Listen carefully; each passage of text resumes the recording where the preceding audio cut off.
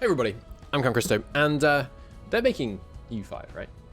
They're definitely making EU5. So hear me out here. This is going to be a short video. I just want to show you some of the most recent EU4 DLC and talk about them a little bit. So let me go to this capture here. Don't worry, that's Stellaris in the background, but we're talking about EU4.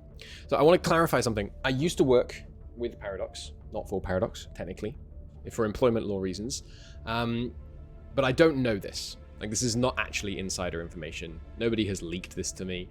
I didn't get this on, by looking at the internal JIRA or whatever. Anyway, it's just my speculation. But they're totally making EU5. And here's how I know. Here are all the recent expansions for EU4. And if I scroll down like this, these ones, why are these not in order? Oh god, Paradox. Wikis, solve your sorting thing. Anyway, if I just refresh it, it should work. These ones, okay, all the way down to here, right? Since the 28th of April, well, no, since the 27th of April, 2021, right? They've added no mechanics to the game at all. And I'm not even really exaggerating, which is kind of crazy, right? This team working down in Barcelona, there's quite a few of them. Allegedly working on EU4, and there's no mechanics in the game. So let's go through them briefly, and then let's talk about what I think this means. So Dominion, right? Sorry, Domination, one of the recent ones. New mission trees, new historical detail. There's been some new government reforms, new estate privileges, new special units, new art, new music. All of these are basically just more types of things that already existed, basically, right? There's no particular mechanical changes. These are all right, let me phrase it this way. These are things that I could do. I wouldn't be able to do them as well, and it would take me longer than the people I'm sure working on it who are far more competent than me. But these are the kind of things that are added in kind of human-readable text documents, basically.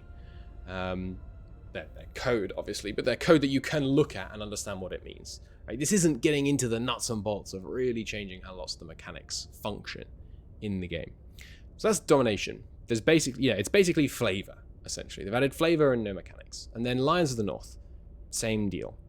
They've added new mission trees, some unique government reforms, new unit types, new privileges, new sprites, and new music. No mechanics. Origins, they've added.